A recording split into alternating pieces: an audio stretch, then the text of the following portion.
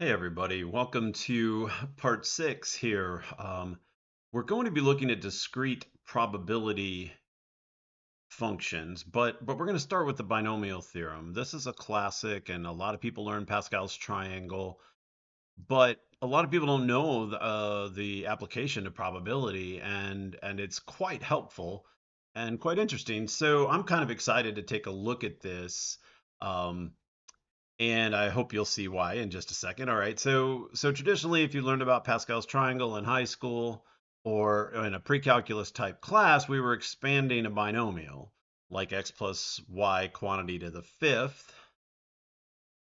All right. And they said, hey, well, if you just sketch first few rows of Pascal's triangle and this nifty pattern, again, if you weren't taught this in high school, right, you take the sum of the two numbers diagonally and above, and that's the sum of this one. The 3 comes from 1 plus 2, right? The 10 comes from 6 plus 4. So we use the little nifty pattern. And Pascal's triangles, at least the first few lines, um, is easy to do. Now these are combinations. You'll see that in a second. They grow pretty quickly. So doing more than 8 or 10 rows of Pascal's triangle by hand can be quite a job in terms of time consuming. But if we're just doing if we're just doing that binomial to the fifth, sixth, seventh, eighth power, we can really quickly do it with Pascal's triangle. And that's typically where people have seen Pascal's triangle. All right. And if you haven't seen this before, again, right, we take that binomial to the fifth power, and we know that the x powers are going to decrease. X to the fifth, then x to the fourth, x to the third, x squared, and so on. But the y powers are going to be ascending. So y to the 0, which is not really there by x to the fifth, but you know that it's there, right? And then y to the 0, y to the first power, y squared, y cubed, and so on. So the x powers and y powers either ascend or descend, um, however you'd like to think of it. If you want to start um, the other way, it doesn't matter which one is x or which one is y. As long as we get that pattern, they have the reverse pattern from the other one. Okay, so that's algebra. But we're going to talk about something called Bernoulli trials. And what is that? These are going to be repeated probability experiments with replacement. So the probability stays fixed. Okay, so the easy one is going to be coin flips. And the first example, just to get our mind around what we're talking about here, is hey, let's flip a fair coin 3 times. What's the probability of getting exactly 2 heads? Okay, well, this is one of those situations where we can list all the outcomes. And it turns out that all the outcomes are equally likely. So there are 8 outcomes. They're all equally likely. And I've highlighted there in red the 3 that have 2H's. So if it's the probability of getting exactly 2 outcomes of H, then um, the probability would lead us to believe, or the enumerating the probability space there would lead us to believe the probability is 3/8. And you'd be right if you thought that, right? Why? Because there are 3 of those patterns that had 2 heads outcomes, and there were 8 total possibilities, right? But in this simple sense, let's also start asking ourselves, okay, what about these numerators in Pascal's triangle? And what does that have to do with this probability experiment? Well, let's look at the third row of Pascal's triangle. Why the third row? Well, we flip the coin 3 times, right? And we flip the coin 3 times, and oh my goodness, 1, 3, 3, 1 is the same pattern in Pascal's triangle as it is, right, in the numerators of these fractions. And by the way, if I sum all of these guys up, 1 plus 3 plus 3 plus 1 equals 8, and that's the denominator over here. Huh. Now, like on the crime shows, when the detectives, see a coincidence, they're like, I don't believe in coincidences. And you probably shouldn't either in mathematics. When things work out that nicely, and there's several of these coincidences or connections, yeah, go with that. There's probably something happening. All right. And it turns out that there is. So, like I said before, the connection happens with these Bernoulli trials. And so, Bernoulli trials, you take the same probability experiment and repeat it over and over. And again, the probabilities have to have to remain fixed, right? I can't do this withdrawals without replacement, right? It has to be with replacement. And so the idea is we're going to conduct n trials, and we have a probability of success, which is x, right? And like any probability, x is between 0 and 1 inclusive. And then y is equal to 1 minus x because y is the probability of failure. All right. And now we're seeing something that looks a whole lot like the binomial theorem, because it is in fact the binomial theorem, but we're applying it here to these Bernoulli trials and the probabilities. Okay, so what's interesting is if you sum all of these terms up, right? If you do this addition, it equals 1. Why? Well, because I'm doing x plus y, right? I'm expanding this x plus y, but x plus y is equal to x plus 1 minus x, which is just equal to 1. 1 raised to any power is still 1. Okay, so that's interesting. Also, the probability of success doesn't have to be 50-50 like it will be in the first few coin flip examples that we do. We set it wherever we need it, which makes it incredibly flexible, right? So if we're looking at what's the probability of drawing two pair in poker 5 times in a row, and that's then the success criteria is whatever the probability of drawing two pair is, right? But if the next time we're doing a different question, we're saying what's the probability of drawing three of a kind 5 times in a row? Well, now the probability of success changes. The theorem is still the same. The process is still the same. So we just adjust the probability of success as needed, and it helps this be an incredibly flexible problem-solving tool. Um, so the problem is, right, that we end up with a probability in it's pretty nice in closed notation, but it's hard to estimate in our heads what this is equal to, right? So we're going to need some technology. And by the way, a TI-84 graphing calculator equivalent to TI-83, they have some features that allow us to do this summation. And again, why is an estimate helpful? And that's a good question to ask yourself. Why is it helpful? Well, first of all, this number is a probability. I mean, not right here, it's just the expansion, right? But eventually we're going to be getting expressions like this. They're going to be a probability. And what? Well, a probability should be between 0 and 1. So if we can evaluate this summation and see approximately what it is, we can estimate it with a graphing calculator with R, then we're going to know, oh, well, it's a probability, right? And also we'll be able to assess more comfortably, is it about the right probability? Is it close to 1 because it should happen a lot, or is it close to 0 because it shouldn't hardly ever happen, right? So that's why we really want to be able to estimate things, to make sure that we're just in the right ballpark, right? To help double check that our answer passes the giggle test, that it's even anywhere close to what we need. Okay, so moving on. Sorry. So a caveat as we start. This was an example that happened in my class about 14, 15 years ago, and it turned into a rather hilarious series of examples with a student we'll call Josh. Names are being changed here massively to protect the students who were involved. Again, it was a lighthearted class. We were trying to learn this material, but having some fun at our own expense. We were teasing Josh, and his buddy who was in the class was teasing him more than anybody. And so yes, this example does have yeah, we are talking about dating, and he's asking out these random women that he doesn't know. And I'm sorry if you feel that it has a bit of a creepy vibe. That's not how it went down in the class.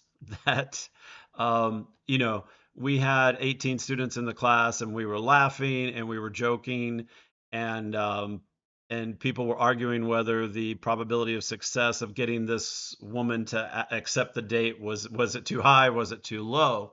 Okay, so that's my caveat as we start. Please take this in the lighthearted uh, fashion in which the original came up. I hope that we're just all having a little bit of fun here. Okay, so so the idea was, well, Josh was going to go out in the hallway and ask the first five women who came down the hallway in this academic building um, to whether or not they were going on a date. But then we made the point that it's not fair if they already have a boyfriend, or if they're already, you know, they've got a significant other. You know, if they're not really open to dating anyone, it doesn't really make sense to ask them. So we volunteered Kaylee, and Kaylee was not excited to be volunteered at first, but she kind of got into it. And she's like, "Okay, I'll go." So all she had to do was she would step up and ask the woman, the next woman who walked down the hall, you know, "Are you dating anybody? Are you in a relationship?" And if they said no, no, not in a relationship, not dating anyone seriously right now, then she gives the sign to Josh to come ask the woman out. Okay, that's the setup. Okay, and when we hypothesized that Josh had a 20% chance of success each time he would ask for a date. And again, insert your own joke here. My class did. All right, so we have this probability of success is 1/5. And so this is fairly standard in how I do all of these problems. K is the number of successes, right? And N is the number of trials, right? And what is the probability out of 5 attempts that Josh gets exactly 4 dates? Okay, so the number of successes is 4, right? But there's only 5 attempts. Okay, so now, right, the probability that K equals 4, that's 4 successes. And we're using the binomial theorem, right? This is a term in the binomial theorem for the x to the fourth, y to the first term in that fifth power expansion, right? So we need 5 choose 4 times the probability of success raised to the number of successes power, and the probability of failure raised to the number of failures power. Now, I know that you're not always going to write the power of 1. We often leave that on there, but for the purpose of this example, I left it on there, right? That is the probability. As a matter of fact, that's the correct answer, right? That is a perfectly correct answer, but we'd like to be able to estimate that. Okay. And as I said, right, 5 trials with 4 successes. So 5 choose 4. That's why the 4 is in red there. 1/5 to the fourth, that's the probability of success to the number of successes power. 4/5 to the first power, which is the probability of failure times the number of failures power. I mean, to the number of failures power. Um, and how do we calculate this? Well, let's jump over to our notebook, our Data Hub notebook that goes with this, and you can see that we've got some of the information here already there. And the main thing we have is I have already preloaded the combinations and permutations formula Y so that we can go ahead and just evaluate this. Sorry, I need to run this and then this. And we're getting a little bit off here, but there you go. Let's jump back over to the presentation file. Okay, this is Josh's dates. This was the confirming the answer of 3/8 from before. Right, we can do that with the binomial theorem and get the same thing. And sorry, I didn't show that a moment ago when we were looking at that. right? But what do? We just come in here and we grab the right term out of this expansion, evaluate that, and boom, we have the correct answer. Okay. Um, so jumping back.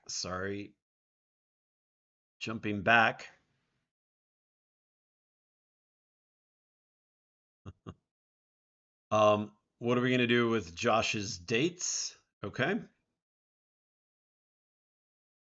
And I'm going to jump back in here. The more coin flips are later. Josh's dates, here we go.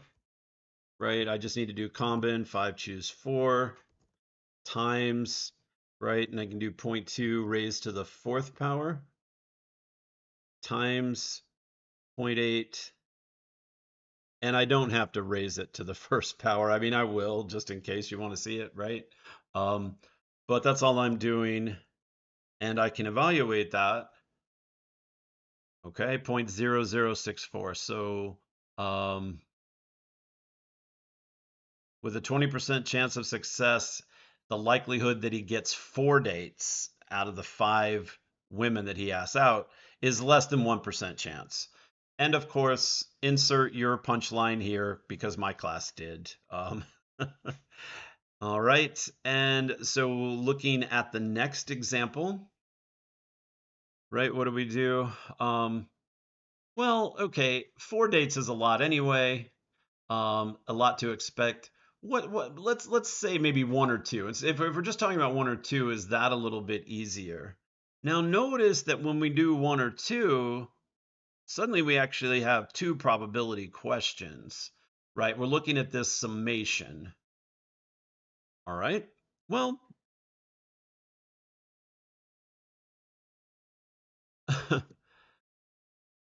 sorry. Okay, get rid of those trademarks. Okay. Yeah, okay, that works. Um, so can I have Python help with this? Sure. Right? I can do, let's call it 1 equals combin 5 choose 1 times 0.2 raise, oh wait, that's to the 1st power. I don't need to raise it. Okay, 0.2 times 0.8 raised to the 4th power. Okay, so that's the first one. And then I can do 2. And actually, let me just copy paste a lot of this, right? Because it's very similar. So now I'm going to do 5 choose 2, but now it's the success rate raised to the number of successes power and the failure probability raised to the number of failures power. All right, what am I going to do here? I'm going to have it print out 1. I'm going to have it print out 2, just so I can see both of them. And it makes sense, right, that 40% chance of getting 1 date exactly and a 20% chance of getting 2 dates exactly, right? So then the probability is equal to 1 plus 2. And you can see, sorry,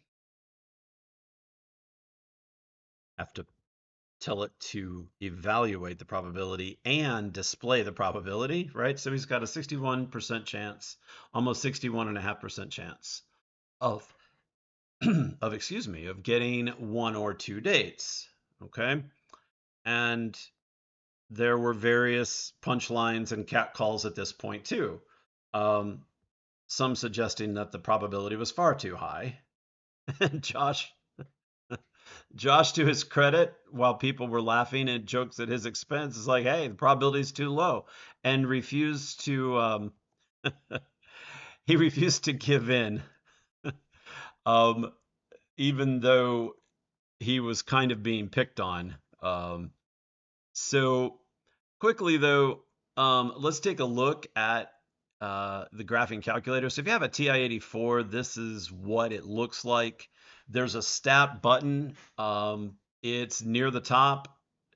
And if I go second stat, that's the list. And then I arrow over to operations menu. The option there, number 5, is sequence. And why do we want that? Because I can type in this expression, and I know it's hard to see, so I'm going to actually have it on the slide typed out so you can see it better. I can type it out, and notice that I tell it the variable is x, the starting number, right? I give it the lower limit of the summation and the upper limit of the summation, and then it calculates the two fractions for 1 and for 2. All right, let me get the marks off the screen there. Okay, so here's the formula, right? Sequence, I type in the formula and you see this 5 NCR, right? That's the 5 choose X times the probability of success raised to the number of successes power. And I believe you can see here the probability of failure raised to the number of failures power, right? X, you tell it the variable, your only options are what, X, T, and theta, but you just press that button, right?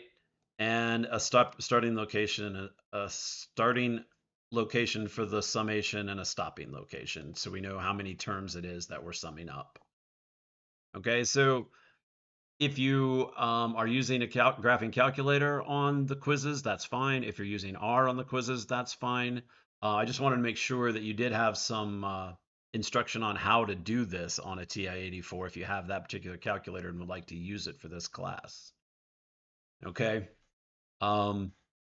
Once we have this vector of values, right, it gives me, if I have to do like a summation of 8 things, all 8 things are going to be stored, and I can use the right or left arrows to scroll through it. I can do this, right, if I go math, answer frac, it'll take all of the answers to their lowest terms, right? I'm allowed to do a summation. Just quickly, that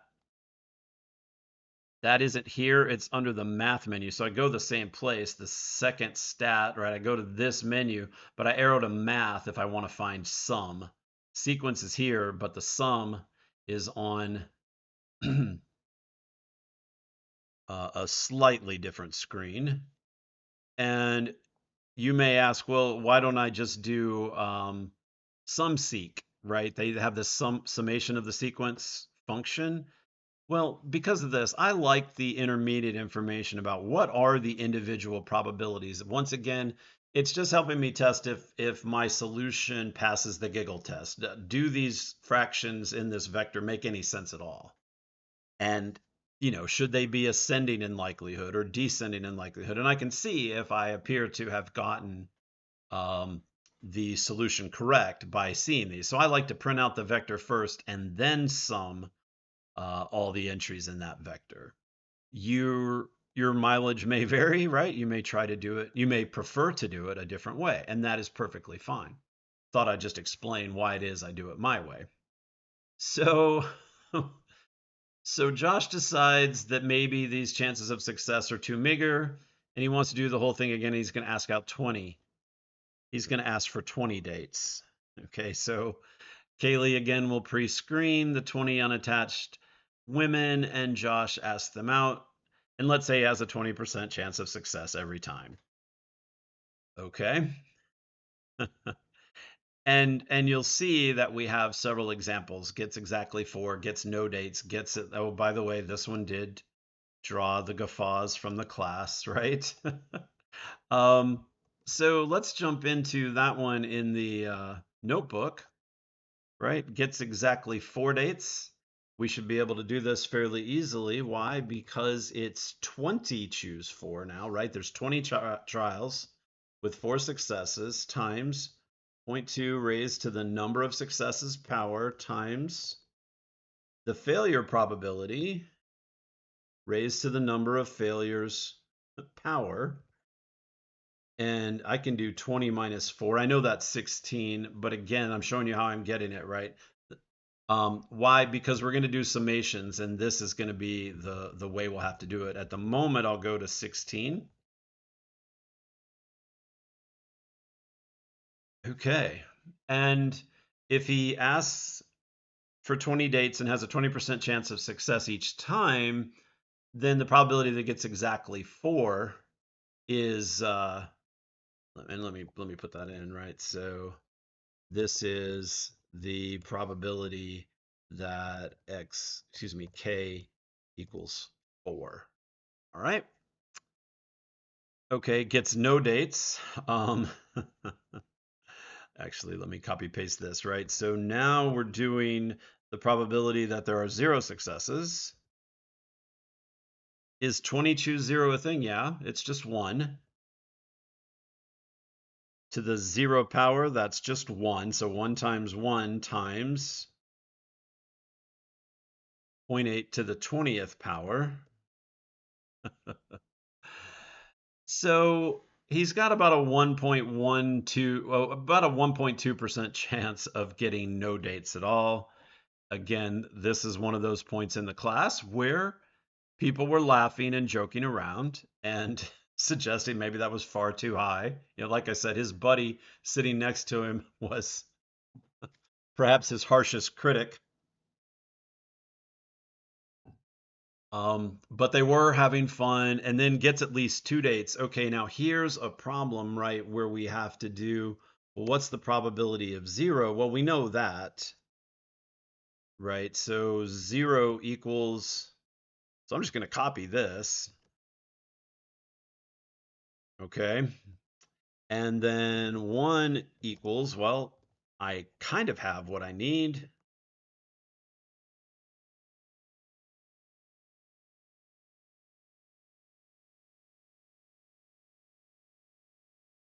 All right, so as you see, I'm doing a lot of copy pasting. Why? Well, two things. First of all, it's easier, but second of all these commands have to be spelling perfect, you know, absolutely perfect. So I find it a lot easier to copy paste when I can to help avoid errors, right? So for 1, it's going to be, I'm sorry, the 20 won't change. 20 choose 1, 20 choose 2. So this is 1 success, this is 2 successes. So we have 19 failures and 18 failures. Okay. And then we are going to say that the probability is equal to 0 plus 1 plus 2, which I know looks a little weird, but we actually have those things evaluating. And there you go. And again, and you can print out 0, 1, or 2 just to check to see how we're doing. Okay.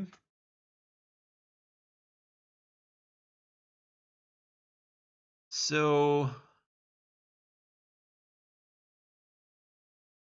again, this is showing the algebra, um, and the pattern is always the same, right? That the number of trials choose the number of successes, the success probability raised to the number of successes power, the failure probability raised to the number of failures power. Okay.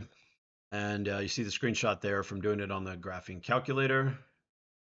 Um, this is for k equals 0. Again, the same pattern. K is the number of successes, right? And k just moves as you would think, and the values change as they need to.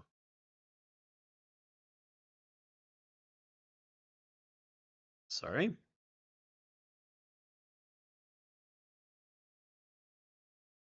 And that's k equals 0. K greater than 2. I'm sorry, did I read this wrong?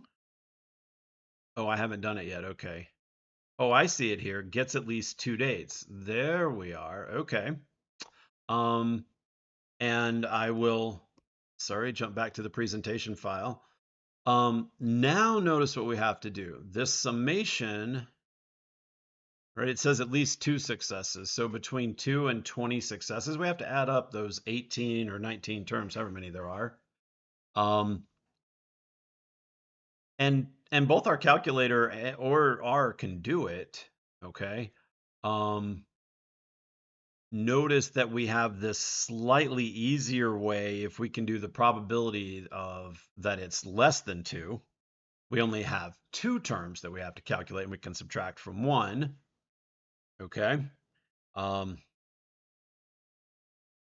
Always good to remember that, but let's actually do this calculation. You'll see that it's not that bad, but let's do it with these guys. It's from 5 to 10 dates or gets 12 or more dates. We'll see how this goes. Why? Because I have this set up down here. Oh, no, I didn't. Okay, let me explain why I'm stumbling.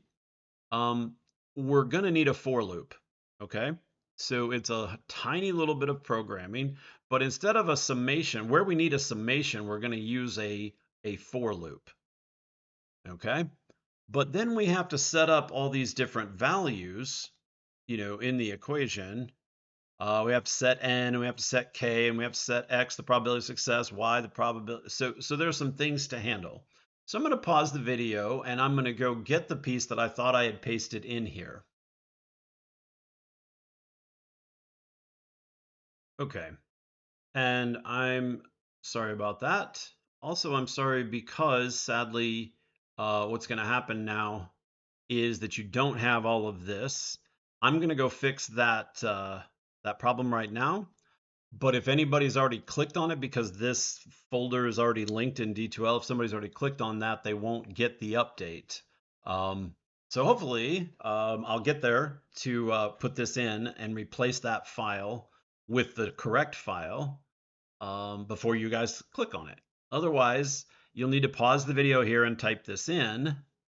Why? Well, because we can use it pretty much as is, right? Okay, so we have n, the number of trials. We have the lower limit of the summation. High is the upper limit of the summation. X is the probability of success. Y is calculated based on X. Okay, this is just a little value we need. Why? Well, because we're storing the results up here and its index is different than the number we're using to go through the loop. Why? Because we're going through the for loop from the low value of the summation to the high value of the summation, which doesn't exactly match which elements of this vector tab. Okay, so tab is the tabulation vector. And again, each time the loop runs, it's like it's calculating one term and storing that. So then at the end, we're summing up the tabulation vector. That adds all the terms that were calculated in the for loop. And why am I printing out tab? Well, again, I like to see those intermediate values. Okay, what's this? This is notation that you'll see a lot more in statistics. But this C empty parentheses, it's just an empty vector. Okay, so tab is just an empty vector ready to go. And then when I need to use it inside the for loop, it's ready to go. It's initialized, doesn't have anything in it, but at least the variable exists, and R knows that it's a vector variable, not just a single number that's going to be in that variable. All right, so I've been trying to explain the different components of this. Right, the for loop is straightforward. T is the indexing variable. And it's going to range from the low limit of the summation to the high limit of the summation. That's what low colon high is letting it know. The limits of summation, how many times it's going to run the for loop. Okay, there it is. It's computing a term in the for loop, in the summation, right? It's adjusting this value k, which is not the number of successes. It's the value that makes the assignment correct in the vector, right? And then the curly brackets are what close it, right? The meat of this for loop, the thing it's doing every time, is enclosed in the curly brackets. Okay, so I think that's enough explanation that you can see what's going on. Again, we're going to copy paste this most of the times that we need it, but it is helpful to understand it's just doing the math that we want it to do. Okay, so, but we have 20 trials, okay, and gets between 5 and 10 dates, all right? So the low limit on the summation is 5, the upper limit on the summation is 10. Chance of success, we're still doing 20%, right, which is 1/5. Okay, it'll calculate y. K, just leave it at 1 because again, that's just making the assignment in the tabulation vector work properly. and then just shift enter and run it. Okay. Why? Well, you see the overall probability is around 37%. And then you can see term by term what R is calculating each time. And notice they're descending, which makes sense, right? Why? Because 17% chance of 5 dates, but then down to 11% chance for 6 dates, and down to 5% for 7 dates, right? As the number of successes grows higher, the probability of each individual number of successes gets lower. And that does make sense, right? Um, it's not the same probability of 2 successes out of 20 trials versus 18 successes out of 20 trials, right? So that's why I like to print out the vector of the individual terms just to see that everything makes sense. And this is a 40%, or excuse me, 37% chance of success of getting between 5 and 10 successes when there's a 20% chance of success. Okay. And so we're going to do the same thing, right? But if we're going to do the probability of 12 or more dates, okay, so probability of 12 or more dates.